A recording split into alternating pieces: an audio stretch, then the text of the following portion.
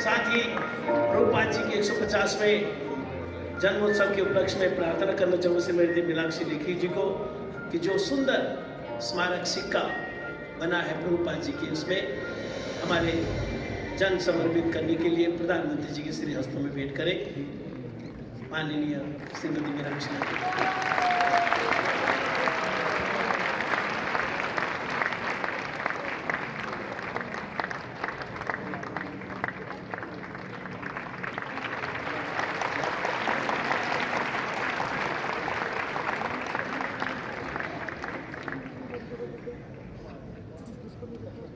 हमारे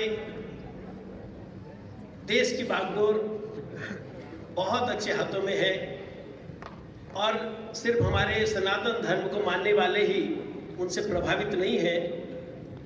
अंतर्राष्ट्रीय organisation of Islamic association भी उन्हें उनके इस कार्य के लिए बहुत बार सम्मानित कर चुकी है। धार्मिक कार्यों के अलावा कश्मीर से कन्याकुमारी तक हाईवेज, वंदे मातरम जैसी फास्ट ट्रेन, गरीबों के लिए मकान, घर घर में शौचालय, स्वच्छ भारत अभियान। देखो पहले हम कार में बस में बैठते मूंगफली या संतरे खाते थे, छिलके बाहर फेंक देते थे। आज कोई नहीं फेंकता प्रधानमंत्री जी के इस भावना से। देश में बहुत से एयरपोर्ट्स उज्ज्वला योजना के अंतर्गत घर घर में गैस कनेक्शन, समाज का जो सबसे निचले पायदान पर खड़े उपेक्षित वंचित लोग, उनको भी ऊपर उठाने के लिए जो हमारे माननीय प्रधानमंत्री जी कार्य कर रहे हैं, उनसे मैं प्रार्थना करना चाहूँगा हमारी जो गौड़ीय भक्त जनता, कृष्ण भक्त जनता यहाँ पर उपस्थित है, उन्हें अपने हृदय के उद्गार व्यक्त करें। माननीय प्रधानमंत्री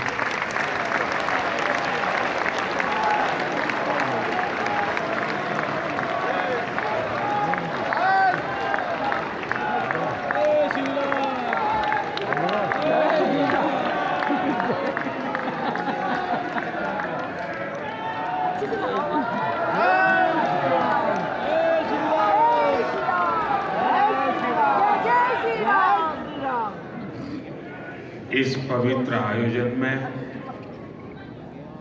उपस्थित सभी पूज्य संतगण, आचार्य गौड़ीय मिशन के श्रद्धेय भक्ति सुंदर सन्यासी जी, कैबिनेट में मेरे सहयोगी अर्जुन राम मेघवाल जी, मीनाक्षी लेखी जी, देश और दुनिया से जुड़े सभी कृष्ण भक्त, अन्य महानुभाव, देवी और सज्जन, हरे कृष्ण हरे कृष्ण हरे कृष्णा हरे कृष्ण हरे कृष्णा। आज आप सबके यहाँ पधारने से भारत मंडपम की भव्यता और बढ़ गई है।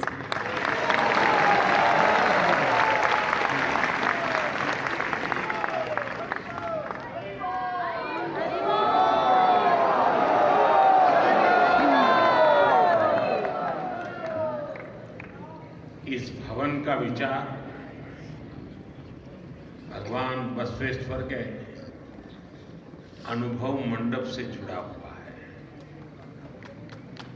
अनुभव मंडपम प्राचीन भारत में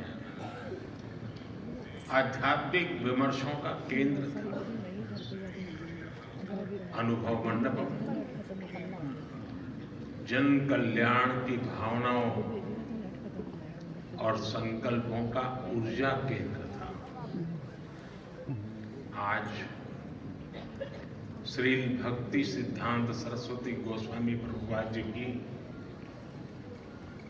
150वीं जयंती के अवसर पर भारत मंडपम में वैसी ही ऊर्जा दिखाई दे रही है।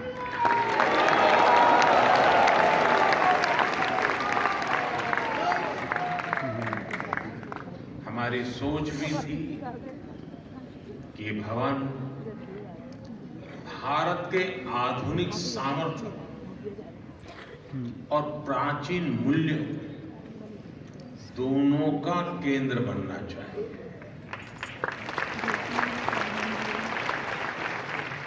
अभी कुछ महीने पहले G20 समिट के जरिए यहां से नए भारत के सामर्थ्य के दर्शन हुए थे और आज इसे वर्ल्ड वैष्णव कन्वेंशन को आयोजित करने इसका इतना पवित्र सौभाग्य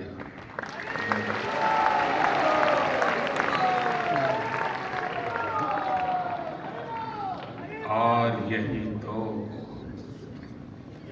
नए भारत की तस्वीर है।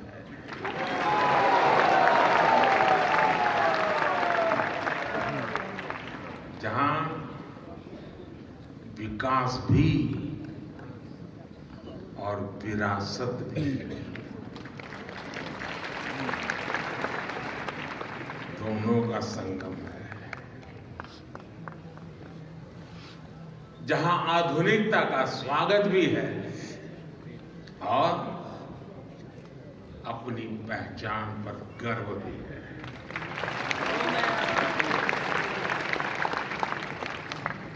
मेरा सौभाग्य है इस पुण्य आयोजन में आप सब संतों के बीच यहां उपस्थित हो।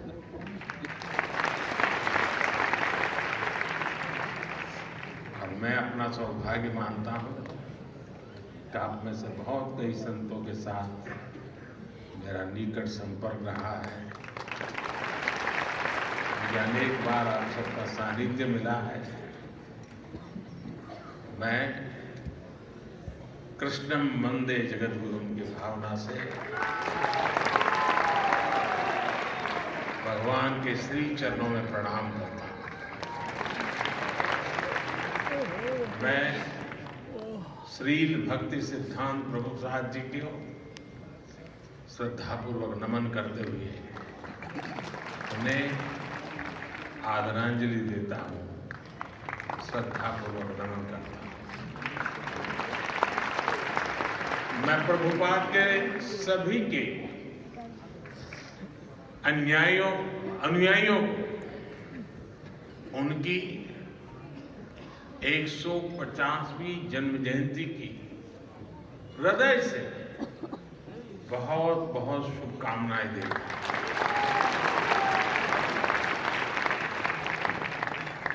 आज इस अवसर पर मुझे श्रील प्रभुपाद जी की स्मृति में पोस्टल स्टैम्प और स्मारक सिक्का जारी करने का सौभाग्य भी मिला और मैं इसके लिए भी आप सभी को बधाई देता हूं। पूज्य संतगण, प्रभुपाद गोस्वामी जी की 150वीं जयंती हम ऐसे समय मना रहे हैं जब कुछ ही दिन पहले भव्य राम मंदिर का सैकड़ों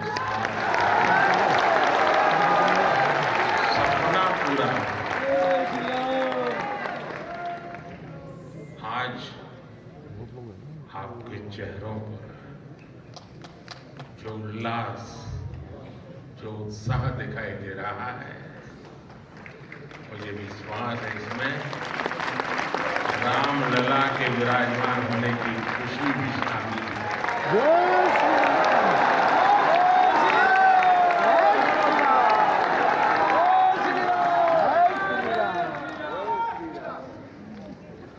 इतना बड़ा महायज्ञ संतों की साधना से, उनके आशीर्वाद से ही पूरा हुआ है। साथियों, आज हम सब अपने जीवन में ईश्वर के प्रेम को, कृष्ण लीलाओं को और भक्ति के तत्व को इतनी सहजता से समझते हैं। इस युग में इसके पीछे चैतन्य महाप्रभु की कृपा की बहुत बड़ी भूमिका है।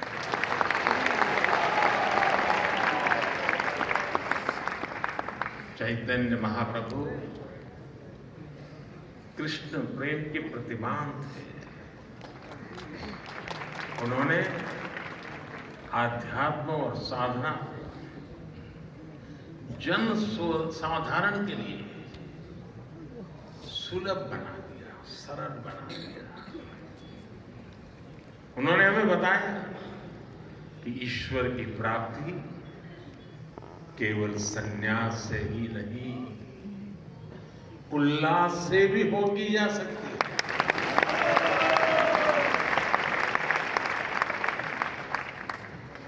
और मैं अपना अनुभव बताता हूं। मैं इस परंपराओं में पला बढ़ा इंसान हूं।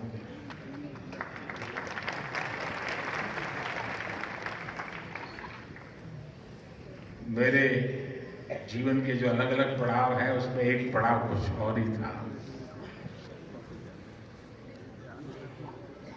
मैं उस माहौल में बैठता था, बीच में रहता था, भजन कीर्तन चलते थे, मैं अपने कोने में बैठा रहता था, सुनता था, मन भर के, जी भर करके उस पल को जीता था, लेकिन जुड़ता नहीं था, बैठा रहता था। पता नहीं, एक बार मेरे मन को काफी विचार चले। मैंने सोचा ये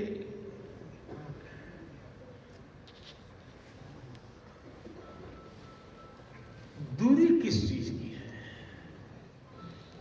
वो क्या है जो मुझे रोक रहा है। जीता तो हूं, जुड़ता नहीं। और उसके बाद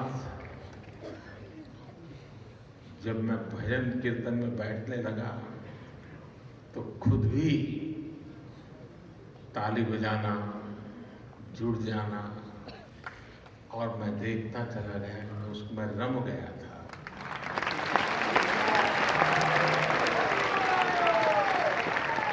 मैंने चैतन्य प्रभु की इस परंपरा में जो सामर्थ्य है उसका साक्षात्कार किया हुआ है। और अभी जब आप कर रहे थे और मैं ताली बजाना शुरू हो गया तो वहां लोगों को लग रहा है पीएम ताली बजा रहा है। पीएम ताली नहीं बजा रहा था, प्रभु भक्त ताली बजा रहा था।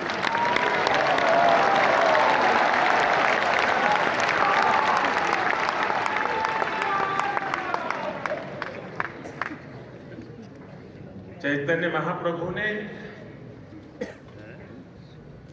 हमें वो दिखाया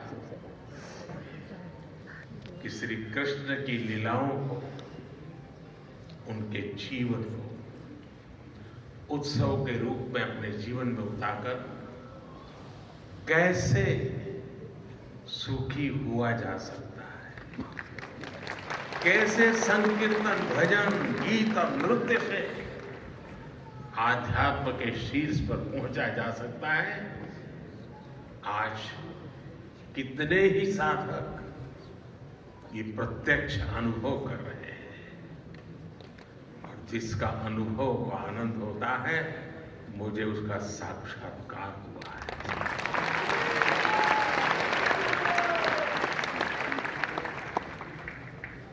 चैतन्य महाप्रभु ने हमें श्री कृष्ण की लीलाओं का लालित्य भी समझाया और जीवन के लक्ष्य को जानने के लिए उसका महत्व भी हमें बताया। इसलिए भक्तों में आज जैसी आस्था भागवत जैसे ग्रंथों के प्रति है, वैसा ही प्रेम चैतन्य चरितामृत और भक्तमाल के लिए भी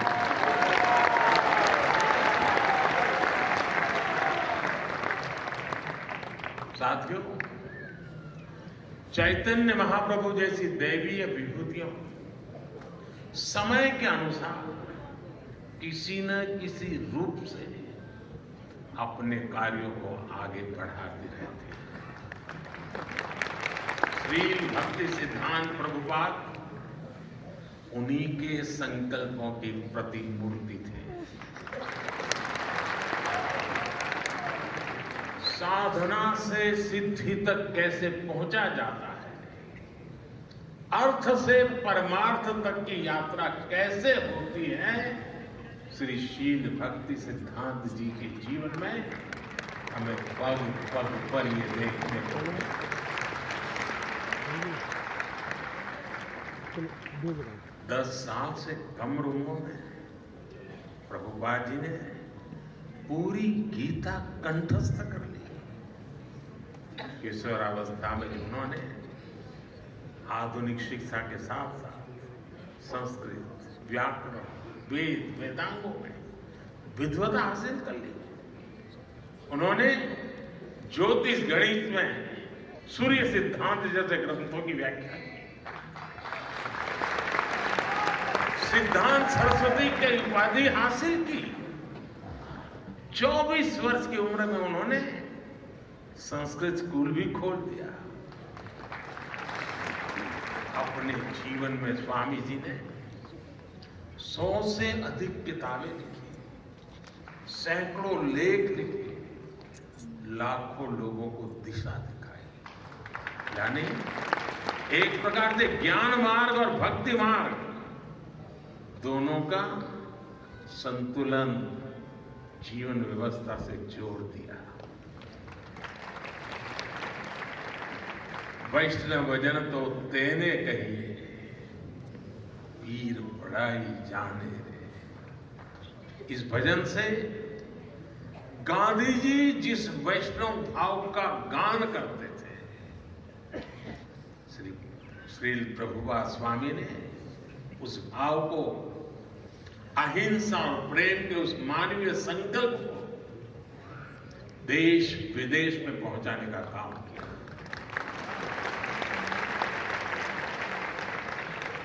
साथियों, मेरा जन्म तो गुजरात में हुआ है। गुजरात की पहचान ही है कि वैष्णव भाव कहीं भी जगे गुजरात उससे जरूर जुड़ जाता है।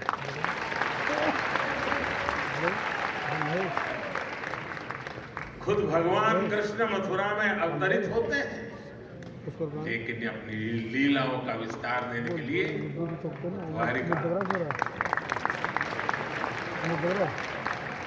मेरा भाई जैसे महान कृष्ण भक्त राजस्थान में जन्म लेती हैं, लेकिन श्री कृष्ण से एकाकार होने गुजरात चली आती है।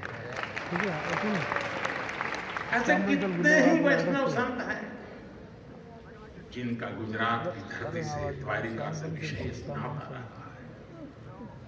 गुजरात के संत कबीर सिंह मेहता, उनकी भी जन्मभूमि है। इसलिए श्री कृष्ण से संबंध चैतन्य महाप्रभु की परंपरा ये मेरे लिए जीवन का सहज स्वाभाविक हिस्सा है। साथियों, में 2016 में गौड़ीय मठ के शताब्दी समारोह में आप सबके बीच आया था। उस समय मैंने आपके बीच भारत की आध्यात्मिक चेतना पर विस्तार से बात की थी। कोई समाज जब अपनी जड़ों से दूर जाता है तो वो सबसे पहले अपने सामर्थ्य को भूल जाता है। इसका सबसे बड़ा प्रभाव ये होता है, जो हमारी खूबी होती है, जो हमारी ताकत होती है, हम उसे ही लेकर हीन भावना का शिकार हो जाते हैं। भारत की परंपरा में, हमारे जीवन में भक्ति जैसा महत्वपूर्ण दर्शन भी इससे अछूता नहीं रहा। यहां बैठे युवा साथी मेरी बात से कनेक्ट कर पाएंगे। जब भक्ति की बात आती है तो कुछ लोग सोचते हैं कि भक्ति, तर्क और आधुनिकता ये विरोधाभासी बातें हैं, लेकिन असल में ईश्वर की भक्ति हमारे ऋषियों का दिया हुआ महान दर्शन है। भक्ति हताशा नहीं, आशा और आत्मविश्वास है। भक्ति नहीं, उत्साह है, उमंग है। राग और वैराग्य के बीच में जीवन में चैतन्य का भाव भरने का सामर्थ्य होता है भक्ति में। भक्ति वो है जिसे युद्ध के मैदान में खड़े श्री कृष्ण के गीता के 12वें अध्याय में महान योग बताते हैं, जिसकी ताकत से निराश हो चुके अर्जुन अन्याय के खिलाफ अपना गांडी उठा लेते हैं। इसलिए भक्ति पराभव नहीं, प्रभाव का संकल्प है। लेकिन साथियों, ये विजय हमें दूसरों पर नहीं, ये विजय हमें अपने ऊपर हासिल करनी है। हमें युद्ध भी अपने लिए नहीं, बल्कि धर्म क्षेत्र, कुरुक्षेत्र की भावना से मानवता के लिए लड़ना है। और यही भावना हमारी संस्कृति में, हमारी रगों में रची बसी हुई है। इसलिए भारत कभी सीमाओं के विस्तार के लिए दूसरे देशों पर हमला करने नहीं गया। जो लोग इतने महान दर्शन से अपरिचित थे, जो उसे समझे नहीं, उनके वैचारिक हमलों ने कहीं न कहीं हमारे मानस को भी प्रभावित किया। लेकिन हम श्रील प्रभुपाद जैसे संतों के ऋणी हैं, जिन्होंने करोड़ों लोगों को पुनः सच के दर्शन कराए, उन्हें भक्ति की गौरव भावना से भर दिया। आज आजादी के अमृत काल में गुलामी की मानसिकता से मुक्ति का संकल्प लेकर देश संतों के उस संकल्प को आगे बढ़ा रहा है। साथियों, यहां भक्ति मार्ग के इतने विद्वान संतगण बैठे हैं। आप सभी भक्ति मार्ग से भली भांति परिचित हैं। हमारे भक्ति मार्गी संतों का योगदान आजादी के आंदोलन में भक्ति आंदोलन की भूमिका अमूल्य रही है। भारत के हर चुनौतीपूर्ण कालखंड में कोई न कोई महान संत, आचार्य, ऋषि, मुनि किसी न किसी रूप में राष्ट्र को दिशा देने के लिए सामने आए। आप देखिए, मध्यकाल के मुश्किल दौर में जब हार भारत को हताशा दे रही थी, तब भक्ति आंदोलन के संतों ने हमें हारे को हरि नाम, हारे को हरि नाम मंत्र दिया। इन संतों ने हमें सिखाया कि समर्पण केवल परम सत्ता के सामने करना है। सदियों की लूट से देश गरीबी की गहरी खाई में था। तब संतों ने हमें त्याग और तितिक्षा और जीवन जीकर अपने मूल्यों की रक्षा करना सिखाया। हमें फिर से ये आत्मविश्वास से भगवा, जब सत्य की रक्षा के लिए अपना सब कुछ बलिदान किया जाता है तो असत्य का अंत होकर ही रहता है। सत्य की ही विजय होती है, सत्यमेव जयते। इसलिए आजादी के आंदोलन को भी स्वामी विवेकानंद और श्री स्वामी प्रभुपाद जैसे संतों ने असीम ऊर्जा से भर दिया था। प्रभुपाद स्वामी के पास नेताजी सुभाष चंद्र बोस और महामना मालवीय जैसी हस्तियां उनके आध्यात्मिक मार्गदर्शन लेने आती थी। साथियों, बलिदान देकर भी अमर होने रहने का यह आत्मविश्वास हमें भक्ति योग से मिलता है। इसलिए हमारे ऋषियों ने कहा है, अमृत स्वरूपाच, अर्थात वह भक्ति अमृत स्वरूपा है। आज इसी आत्मविश्वास के साथ करोड़ों देशवासी राष्ट्र भक्ति की ऊर्जा लेकर अमृत काल के में प्रवेश कर चुके हैं। इस अमृत काल में हमने अपने भारत को विकसित बनाने का संकल्प लिया है।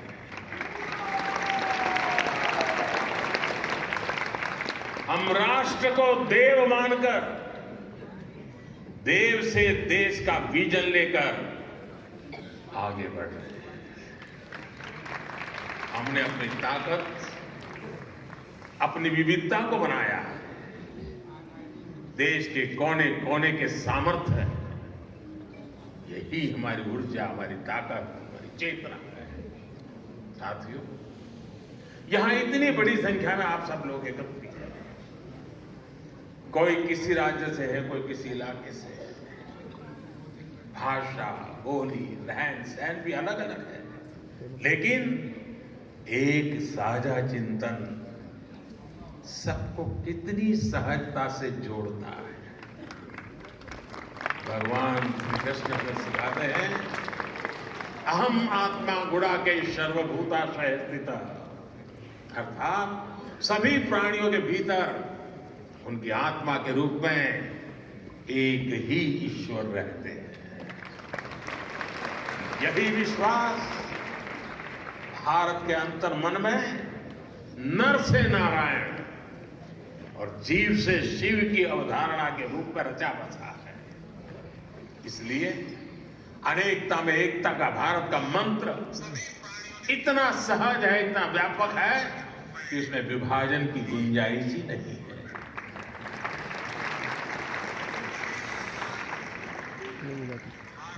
हम एक बार हरे कृष्ण बोलते हैं और एक दूसरे के दिलों से जुड़ जाते हैं।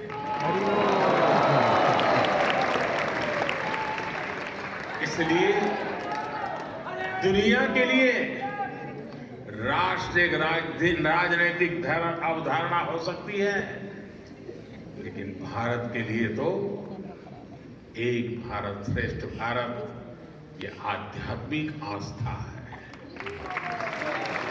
हमारे सामने खुद श्रील भक्ति सिद्धांत गोस्वामी का जीवन भी एक उदाहरण।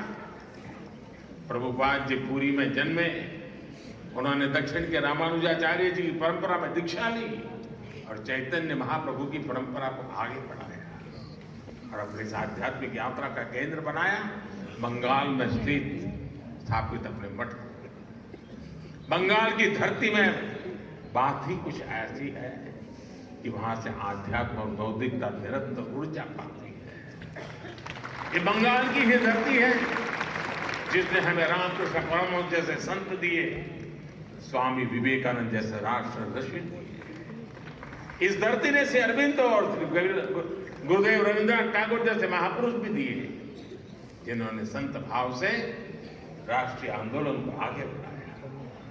यही से राजा राम मोहन राय जैसे समाज सुधारक भी मिले। बंगाल चैतन्य महाप्रभु और प्रभुपाद जैसे उनके अनुयायियों की तो कर्मभूमि रही। उनके प्रभाव से आज प्रेम और भक्ति एक वैश्विक मूवमेंट बन गए। साथियों, आज भारत की गति प्रगति की हर तरफ चर्चा हो रही है। आधुनिक इंफ्रास्ट्रक्चर में, हाईटेक सेवाओं में भारत विकसित देशों की बराबरी कर रहा है। कितनी ही फील्ड्स में हम बड़े बड़े देशों से आगे भी निकल रहे हैं।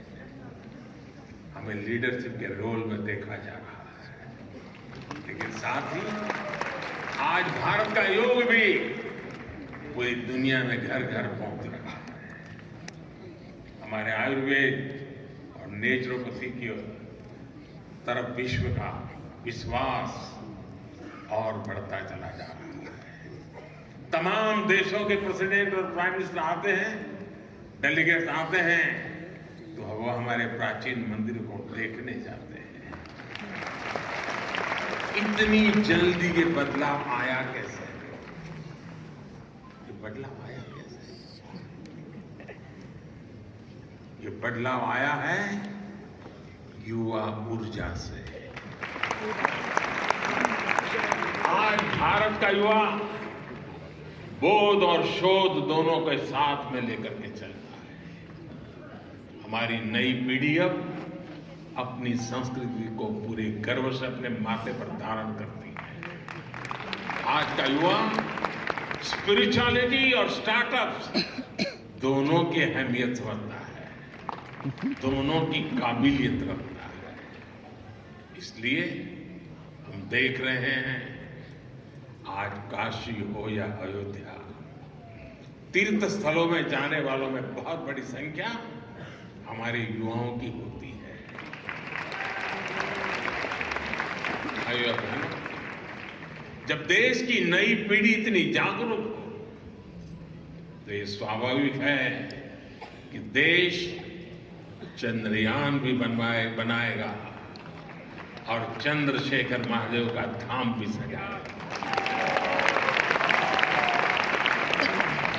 जब नेतृत्व युवा करेगा तो देश चंद्रमा पर रोवर भी उतारेगा और उस स्थान को शिव शक्ति नाम देकर अपनी परंपरा को पोषेगा।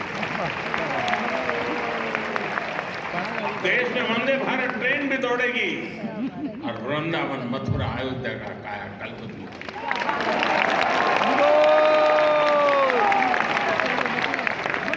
मुझे बताते हुए भी खुशी हो रही है कि हमने नमामि गंगे योजना के तहत बंगाल के मायापुर में सुंदर गंगा घाट का निर्माण भी शुरू किया। साथियों, विकास और विरासत की ये हमारा कदमताल 25 वर्षों के अमृत काल में ऐसे ही अनवरत चलने वाला है। संतों के आशीर्वाद से हम विकसित भारत का निर्माण करेंगे और हमारा अध्यात्म पूरी मानवता के कल्याण का मार्ग प्रशस्त करेगा। इसी कामना के साथ आप सभी को हरे कृष्ण।